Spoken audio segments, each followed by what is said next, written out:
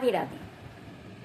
এই যে ব্রেন আছে না আমাদের, এই ব্রেনের উপরে নিজের কন্ট্রোল করো, না হলে একদিন এই ব্রেন তোমার উপরে কন্ট্রোল করবে। আমি একটা ছোট্ট ঘটনা শোনাচ্ছি, একটা ছোট্ট গল্প। একটা ছেলে ছিল, সে গ্রামে থাকতো। 12 পাস করবার পর সে বিটেক পড়ার জন্যে শহরে এলো, কিন্তু শহরে তো ঘর ভাড়া নিয়ে যে থাকবে, অনেক বেশি ভাড়া পড়বে। সেই জন্য সে একটু আউটসাইডে, শহরের থেকে কলেজের থেকে একটু আউটসাইডে একটা ঘর ভাড়া করে নিয়েছিল। যে বাড়িটাতেও ভাড়া ছিল, সেই বাড়ির মালিক একজন বৃদ্ধ মহিলা। তার দুই ছেলেই বিদেশে থাকে। বৃদ্ধ মহিলা, পয়সার কোনো কমই নেই, অগাধ পয়সা। ওপরের একটা রুমেই ছেলেটা ভাড়া থাকতো। ছেলেটা সারাদিন কলেজের পর বিকেলবেলায় এসে ব্যালকনিতে যখন দাঁড়াতো, সে দেখতো ওই বুড়িটার তামাশা, বুড়িটা কী করছে। বুড়িটা আশপাশ গ্রামের যত গরিব দুঃখী লোকেরা ছিল, তাদের পয়সার দরকার, তারা তার ঘরের দামি জিনিসটা এনে বুড়ির কাছে বন্ধক রেখে দিয়ে যেত, বদলাতে তারা পয়সা নিয়ে যেত। কিন্তু যখন তারা ওই জিনিসটাকে ছাড়ানোর জন্য আসতো বুড়ির কাছে, ও বুড়ি কাউকে সেই জিনিসটা ফেরত দিত না। মিথ্যে কথা বলে, বেশি পেঁয়াজ লাগিয়ে, এত টাকা পাবো, টাকা না দিলে দেবো না, এরকম সবার সাথে ও ঝামেলা করতো। টোটাল মিলিয়েও কাউকে সেই জিনিসগুলো ফেরত দিত না। ওর ঘরে দামি দামি জিনিস, সোনা দানাতে ভর্তি বুড়িটার, আর বুড়িটার কেউ নেই, বুড়িটা একলা মাত্র, সব নিজের নিজের বিচার। ছেলেটা ওপরে দাঁড়িয়ে দাঁড়িয়ে দেখতো, আর প্রচণ্ড রাগ হতো। আর ও রোজ চিন্তা করতো, আমি যদি কোনোদিন মোকা পাই, ওর গলাটা টিপে আমি ওকে মেরে দেবো। ছেলেটা রোজ এই একটা কথাই চিন্তা করতো।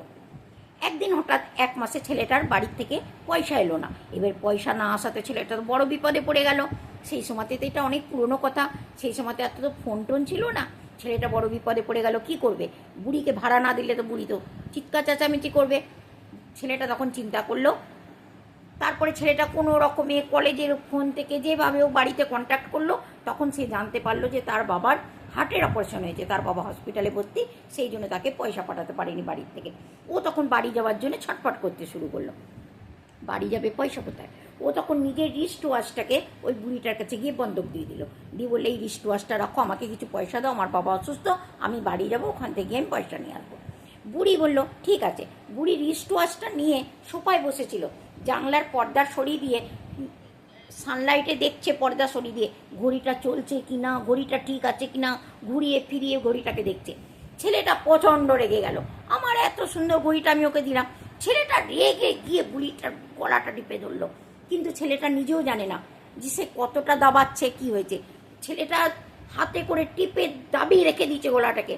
যখন ছেলেটার আঙুলের এখান দিয়েছে, বুড়িটার নাক দিয়ে রক্তটা গড়িয়ে এলো, তখন ছেলেটা বুঝতে পেরেছে বুড়িটা মরে গেছে। পুলিশ এসে গেল, পুলিশ এসে ছেলেটাকে টানতে টানতে নিয়ে যাচ্ছে ধরে। ছেলেটা চিৎকার করছে, আমি ওকে মারিনি, আমি ওকে মারিনি। সত্যি ছেলেটা মারেনি, মেরেছে ওর দিমাগ, ব্রেন। কেন? ওর ব্রেনের মধ্যে সবসময় চিন্তা করতো না, ওকে আমি গলা টিপে মেরে দেবো। সেই জন্যে দোস্ত, আমরা কি শিক্ষা পেলাম? আমরা যেটা চিন্তা করব না, আমাদের ব্রেন ওইটাই করবে। সেই জন্য আজ থেকে নেগেটিভ না, পজিটিভ চিন্তা করবে সব সময়। আমরা অফিসে যাই, গাড়ির স্টিয়ারিং আপনা অফিসের রাস্তায় চলে যায়, কেন বলতো? আমরা ব্রেনে সেট করে রেখেছি। সেই জন্য এই ব্রেনে যা সেট করবে ও তাই করবে।